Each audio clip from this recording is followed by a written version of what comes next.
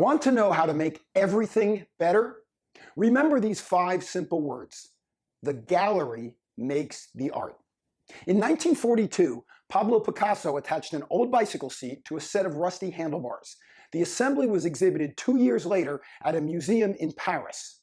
Art critic Eric Gibson said the sculpture is a moment of wit and whimsy. Both childlike and highly sophisticated in its simplicity, it stands as an assertion of the transforming power of the human imagination at a time when human values were under siege.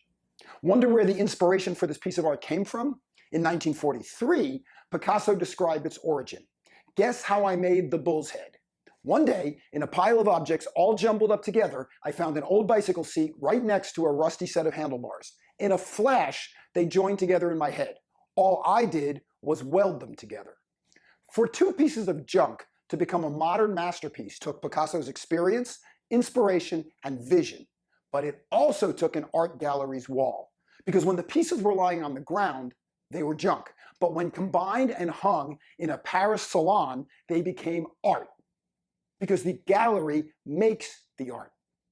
In Miami, we have a tradition of taking a break for Cuban coffee in the morning and again sometime after lunch. When you visit our city, you'll see scores of Cuban restaurants, all with serving windows called ventanitas, through which mostly older Cuban women pass cups of streaming espresso to lines of appreciative customers. Because so many people take their coffee to go, it's usually served in styrofoam cups. But if you tell the person taking your order that you're going to drink it on site, it will be served in a small ceramic demi-tasse. And you know what? It tastes better that way.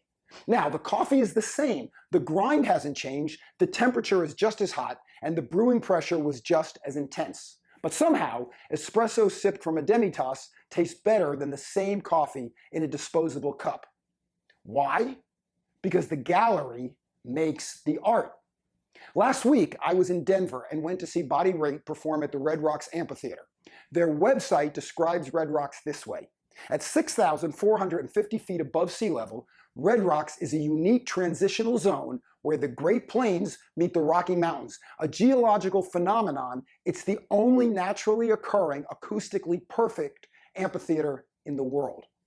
From its first modern performance in 1911 to today, opera stars, the Beatles, Jimi Hendrix, Stevie Wonder, Dylan, Springsteen, and virtually anyone who's anyone has played at Red Rocks. As the venue proudly states, there's no better place to see the stars. And they're right. The setting is magnificent, the acoustics are perfect, and the architecture, both man-made and natural, is astounding.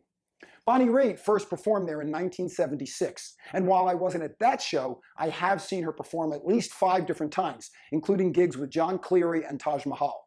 Raitt has been wonderful each time I've seen her, but this performance at Red Rocks was perhaps the best I've attended. None of Red Rock's attributes improve Raitt's voice, her slide guitar mastery, her songwriting, her song selection, nor the talents of her bandmates, but her performance was still the best. Why? Because the gallery makes the art.